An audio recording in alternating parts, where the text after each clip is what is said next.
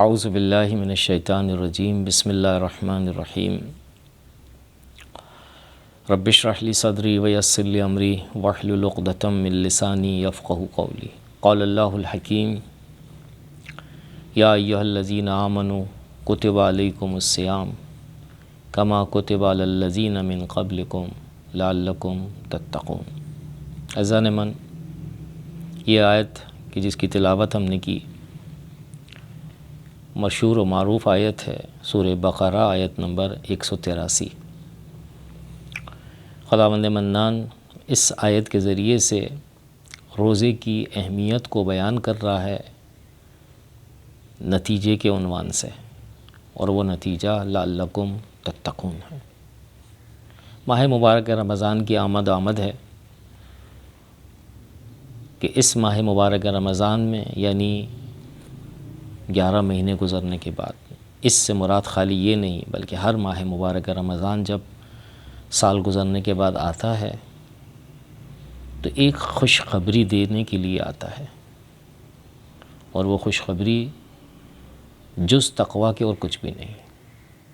اور تقویٰ کو آسان زبان میں اگر منتقل کیا جائے تو جز حفاظت کے اور کچھ نہیں۔ ماہ مبارک رمضان عزیزوں، مجھے اور آپ کو محفوظ کرنے کا مہینہ ہے اللہ کی جانب سے۔ اللہ محافظ ہے ہمارا، لیکن کیونکہ عزیزان من خداوند عالم ڈائریکٹ کام انجام نہیں دیتا، مسبب الاسباب ہے۔ چھٹے امام کو فرمان ہے ابى اللہ ان یجری الامور الا باسبابها ولکل شیء سبب۔ اصول کافی کی روایت ہم نے آپ کے سامنے رکھی ہے، اور بہت ہی معتبر روایت ہے۔ شیخ کلینی فرماتے ہیں کہ چھٹے امام فرماتے ہیں کہ خداوند عالم اپنے آپ کو روکے ہوئے ہے، ابى اللہ ان یجری الامور، کہ وہ کاموں کو انجام نہیں دیتا الا باسبابها۔ اس کی سنتوں میں سے ایک سنت ہے یہ کہ وہ وسیلوں کے ذریعے سے کام کو انجام دیتا ہے۔ وَلِكُلِّ شَيْءٍ سبب، ہر شے کا ایک سبب ہے۔ انسان کی حفاظت کا سبب خود خداوند عالم نے انسان کے ہاتھ میں رکھا ہے، انسان کے ہاتھ میں قرار دیا ہے، اور وہ وسیلہ تقویٰ ہے۔ لیکن یہ تقویٰ بھی خود اپنے لیے ایک وسیلہ چاہتا ہے، وہ ہے روزہ داری اور عبادت خداوندی، کہ جس طرح سے سورہ بقرہ میں بھی کہا کہ اے عزیزوں، یا ایھا الناس اعبدوا ربکم الذی خلقکم والذین من قبلکم لعلکم تتقون۔ اگر اس آیہ کریمہ کو دیکھتے ہیں سورہ بقرہ کی، کہ جو آیت نمبر 24 ہے، جو آیت نمبر 21 ہے، تو اس 21ویں نمبر کی آیت کہ یا ایھا الناس اعبدوا ربکم الذی خلقکم کے اندر خداوند عالم نے تمام عبادات کو اس کے نتیجے کے ساتھ بیان کیا ہے کہ ہم نے تمہیں خلق کیا، اب اس خلقت کے عوض میں ہماری بندگی کرو، اور اس بندگی کے عوض میں تمہیں تقویٰ ملے گا۔ اور یہی جو روزہ داری کے حوالے سے جو آیت ہے، آیت نمبر 183 نمبر کی آیت سورہ بقرہ کی، اس میں اسپیسیفکلی خصوصی طور پر روزے کا تذکرہ کیا ہے، اور اس روزے کا نتیجہ تقویٰ کی صورت میں آیا ہے۔ عزیزان من، خطبہ شعبانیہ کے حوالے سے ہماری گفتگو ہے کہ خطبہ شعبانیہ مختلف موضوعات سے رسول اسلام نے مجھے اور آپ کو آشنا کیا ہے۔ دوسرے الفاظ میں ماہ مبارک رمضان کی اہمیت عملی لحاظ سے مجھے اور آپ کو بیان کیا ہے کہ دیکھو، خالی ماہ مبارک رمضان کو جان لینا کافی نہیں ہے، اس کی نسبت آشنا ہونا کافی نہیں ہے، بلکہ میدان عمل میں داخل ہو جاؤ، اور جس طرح سے میں تمہیں ترغیب دلوا رہا ہوں اسی انداز میں اپنے قدم کو آگے بڑھاؤ۔ اس قدم کو آگے بڑھانے کے حوالے سے آئیے ہم شروع کرتے ہیں، تھوڑا سا یہ جاننے کی کوشش کرتے ہیں کہ رسول اسلام نے کس طرح سے جو ہے اس خطبے کو شروع کیا۔ ایھا الناس قد اقبل الیکم شہر اللہ بالبرکۃ والرحمۃ والمغفرہ. بہت توجہ کیجیے گا، بہت عمدہ اور لذیذ اور معنوی مطلب ہے کہ ماہ مبارک رمضان کی آمد کو ایک وجود کی آمد کے حوالے سے تشبیہ دی ہے. اگر سلیس ترجمہ کیا جائے اس جملے کا کہ جو رسول اسلام کا بالکل آغاز کا جملہ ہے خطبے کے حوالے سے، ایھا الناس قد اقبل الیکم شہر اللہ، اے لوگوں اللہ کا مہینہ تمہاری جانب پیش قدم ہے. عزیزان من، کون کس کی جانب پیش قدم ہوتا ہے؟ جو صاحب ارادہ ہو، یعنی انسان کسی دوسرے انسان کے سامنے جو ہے وہ پیش قدم ہوتا ہے، یعنی اس کی نسبت آنے کے حوالے سے نسبت دی جا سکتی ہے اور صحیح بھی ہے. علمی لحاظ سے اگر دیکھا جائے تھوڑا سا توجہ کے ساتھ تو ایک انسان دوسرے کا انسان کی جانب پیش قدم ہوتا ہے، اور یہ معنی صحیح ہے بالکل. لیکن ماہ مبارک رمضان تو ایسا وجود ہی نہیں ہے کہ جس میں بظاہر کوئی ارادہ دکھائی دے، کوئی اختیار دکھائی دے، کوئی جان دکھائی دے، کوئی روح دکھائی دے، کوئی حرکت دکھائی دے، ہے ہی نہیں. تو یاد رکھیے گا عزیزان من، علمی لحاظ سے یہاں پر جو اقبل الیکم شہر اللہ ہے کہ اللہ کا مہینہ پیش قدم ہونے کو ہے اور ہو رہا ہے، تو یہاں پر مجازی مطلب ہے، حقیقی مطلب نہیں ہے. بہت آسان کیے دیتا ہوں کہ بسا اوقات ہم یہ کہتے ہیں کہ جاء زید، زید آیا. خوب صحیح ہے بالکل، نسبت آنے کی نسبت زید کی جانب.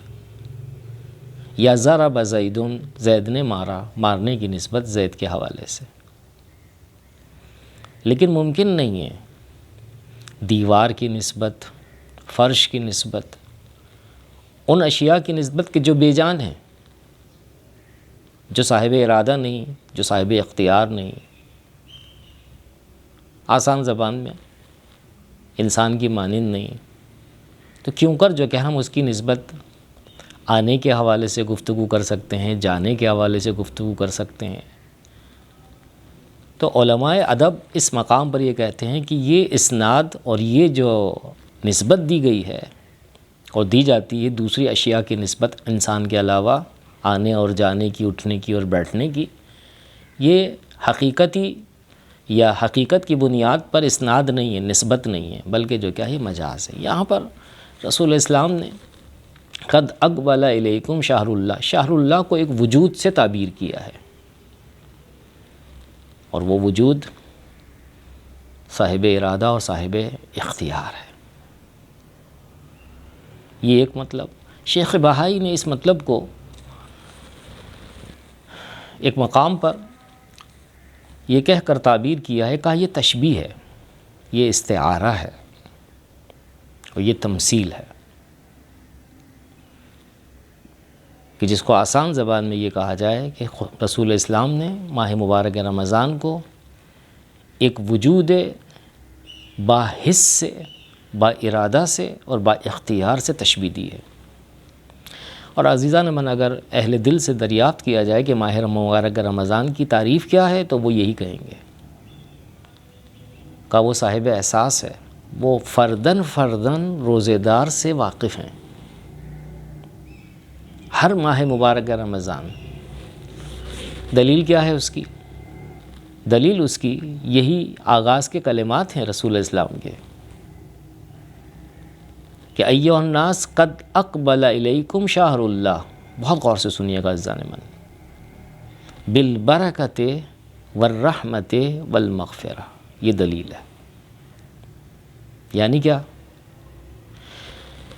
رسول اسلام فرماتے ہیں کہ خداوند عالم کی جانب سے تمہاری جانب ماہ مبارک رمضان پیش قدم ہے، لیکن خالی وہ نہیں آ رہا، 3 ساتھیوں کے ہمراہ آ رہا ہے. اللہ نے ماہ مبارک رمضان سے کہا، اے ماہ مبارک رمضان، تو میرا مہینہ ہے، اکیلے مت جانا، میری مخلوق کے درمیان، ان تینوں کو ساتھ لے کر جاؤ کہ جس میں سے ایک ساتھی بے نام برکت ہے، دوسرا ساتھی بے نام رحمت ہے، تیسرا ساتھی بے نام برکت مغفرت ہے۔ لیکن یاد رکھو اے رمضان کے مہینے، جب رمضان کی تعداد دنوں کے لحاظ سے ختم ہو جائے، یعنی ماہ مبارک رمضان دوسرے الفاظ میں تمام ہو جائے، 29 دن یا 30 دن، تم واپس پلٹ آنا، لیکن ان تینوں کو چھوڑ کر آنا۔ عزیزان من، رسول اسلام جو فرما رہے ہیں کہ شہر اللہ ایک وجود کا نام ہے، اور یہ وجود قابل احساس ہے برکت کے ذریعے سے، رحمت کے ذریعے سے اور مغفرت کے ذریعے سے۔ ہر صاحب وجود اپنے آثار کے ذریعے سے پہچانا جاتا ہے۔ کیسے پہچانے؟ میں اور آپ کے ماہ مبارک رمضان، اس کی آمد ہے اور وہ آ چکا اور قابل احساس ہو، تو آثار کے ذریعے سے۔ آفتاب آمد دلیل آفتاب، سورج کی روشنی خود دلیل ہے اس بات کے اوپر کہ آفتاب موجود ہے، یعنی دن کی روشنی بتلاتی ہے، اگرچہ ہم سورج کو نہیں دیکھ رہے ہیں لیکن سورج کی نسبت ہمیں یقین ہے۔ کہاں سے معلوم ہوا؟ آثار کے ذریعے سے۔ سورج کی روشنی ایک اثر اس کا، دوسرا اثر اس کی حرارت، اس کی گرمی۔ یہ گرمی اور جو ہے یہ حرارت اور یہ روشنی، اسی طریقے سے برکت ہے، رحمت ہے اور مغفرت ہے، یہ تین ساتھی۔ عزیزان من، روزے دار وہی ہے، صاحب ماہ مبارک رمضان وہی ہے کہ جو صاحب رحمت ہو، صاحب برکت ہو، صاحب مغفرت ہو۔ ورنہ کیا ہوتا ہے؟ عام طور پر بہت معذرت کے ساتھ ماہ مبارک رمضان تو چلا جاتا ہے، یہ تین ساتھی اس کے باقی رہ جاتے ہیں۔ خوشا بحال ان افراد کی نسبت کہ جنہوں نے ان تینوں ساتھیوں کو سنبھال کے رکھا ہے، کیونکہ پا چکے ہیں اس کو۔ لیکن عام طور پر ایسا ہوتا ہے، میں سیکنڈ ٹائم عرض کروں معذرت کے ساتھ، یہ تینوں ساتھی بھٹکتے رہتے ہیں، ان کو کوئی لینے والا نہیں ہوتا ہے، ان کو کوئی سہارا دینے والا نہیں ہوتا ہے۔ لہٰذا جو ہے ہم اپنی نجی زندگی کو ملاحظہ کریں عزیزان من، کیوں خالی ہم زبانی جمع خرچ خطبہ شعبانیہ بیان کر کے ختم کر دیں سلسلہ؟ یہ خطبہ شعبانیہ عملی خطبہ ہے، ہماری زندگی کو جو کیا ہے بیان کرنے والا خطبہ ہے، اور جب یہ بیان ہوتا ہے تو اس وقت جو کیا ہے مجھے اور آپ کو معلوم ہوتا ہے۔ کہا عزیزوں، ملاحظہ کرو کہ تم اپنی زندگی میں برکت کو دیکھ رہے ہو یا نہیں۔ عام طور پر ہم کیا سنتے ہیں لوگوں سے یہ سنتے ہیں کہ ہماری زندگی میں برکت ہی نہیں ہے، کام کر رہے ہیں لیکن برکت نہیں ہے۔ ہم نے سب کچھ کیا لیکن جو کیا ہے رحمت پروردگار دکھائی نہیں دیتی۔ ہم نے سب کچھ کیا مگر جو ہے ایسا محسوس ہوتا ہے کہ جو کہ ہم گناہ سے بچ نہیں پا رہے ہیں، بس اس کا مطلب ہے مغفرت نہیں ہے۔